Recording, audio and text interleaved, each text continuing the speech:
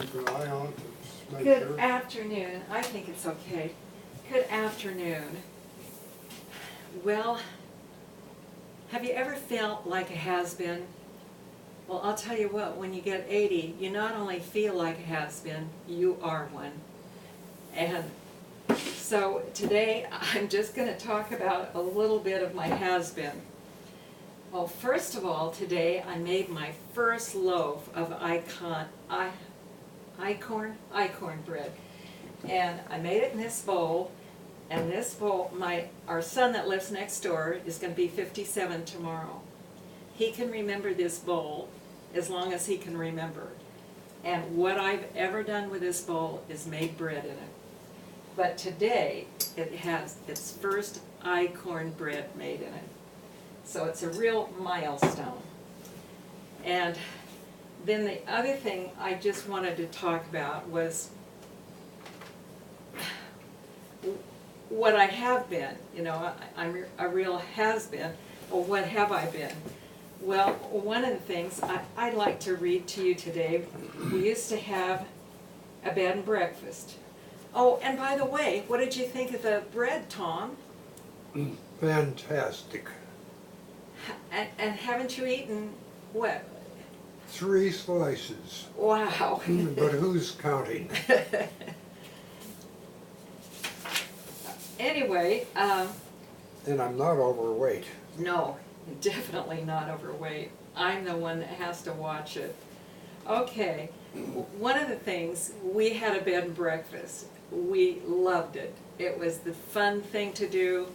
And if any of you are out there wondering if this is the thing to do, if you're on a homestead and you want to do something extra for money, it's a very fun thing to do. Now, we have lived in the country, we've lived in small towns, this is the first time we lived in this big of a town. But, so where we had ours was not in the country, it was in a small town. And actually, it was the oldest building in town. And when we bought it, it was in such bad shape that they'd taken it off the tax rolls. But by the time we got done, it was a beautiful building.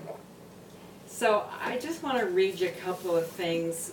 The first one I'm going to read you is something I wrote. The other thing that I'm going to read you was, well, I'll explain when I get there.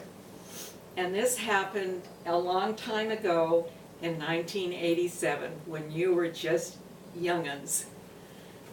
At the end of the summer season, I went over my guest book.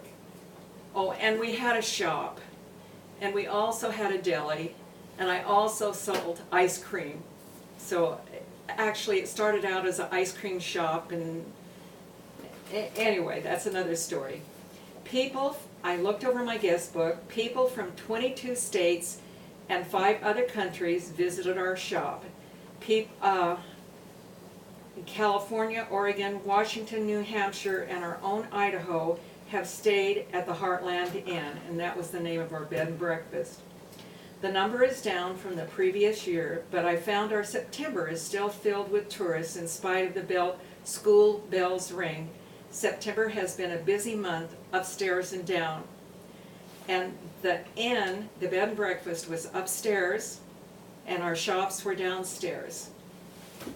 And we went up and down those stairs so many times.